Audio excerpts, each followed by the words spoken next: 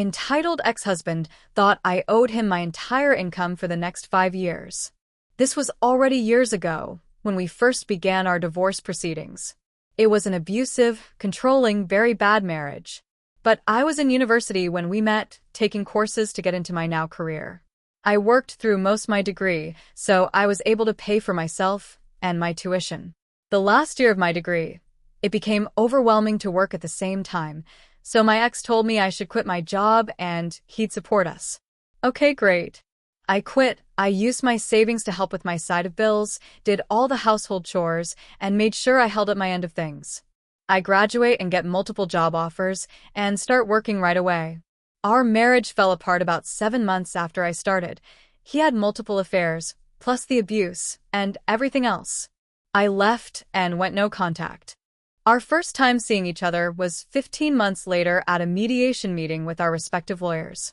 It only took him about 15 minutes to begin shouting and cursing at me, and then he demanded all my income, saying she would be nowhere without me. I gave her career.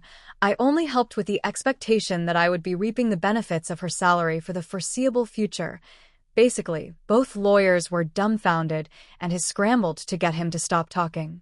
I still chuckle to myself when I think about that meeting, as terrifying as it was at the time.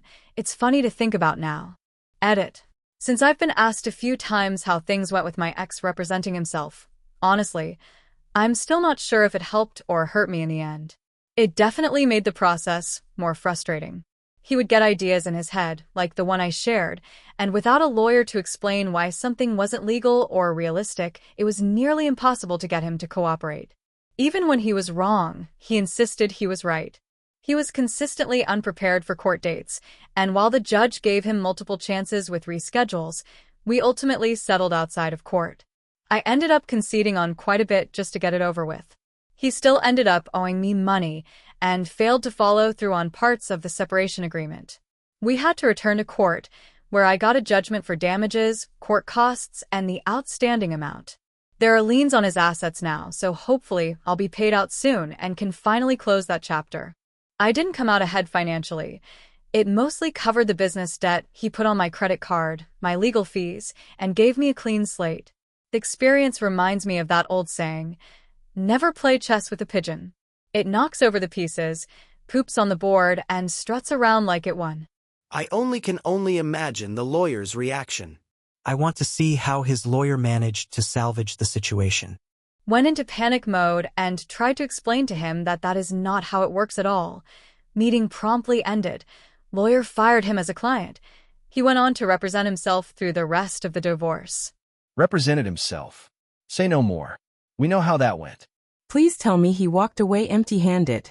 Sure did. He actually owes me still. Going on 7 years. I'm not holding my breath. LOL. Don't let him get away with not paying you what he owes, with interest. Even if you are loaded and he's struggling, it's the principle of the matter. Call it an idiot tax. Oh, definitely. I have court orders in place and liens placed. Just a waiting game, basically. Wage garnishment. Tax refund garnishment. Just saying. He's self-employed and hasn't filed his taxes, changed his bank, so liens were my only avenue at the moment, unfortunately, and I don't want to keep dumping money into the situation. It'll work out eventually. Thanks for the suggestions, though. My ex used to tell me if we divorced, I'd get nothing because he paid the mortgage, so he thought the house wouldn't be mine. Yes, his paycheck covered the mortgage, but Doofus conveniently neglected to take into account that I made more money and covered most of the utilities, childcare, health insurance and food, which in total cost way more than the mortgage. Somehow, his expenses were always a big deal, and the ones I paid were just magically covered. Also, obviously had no concept of community property. I hope everything is good with you now. Much better. Thanks. Good to hear, and you're welcome.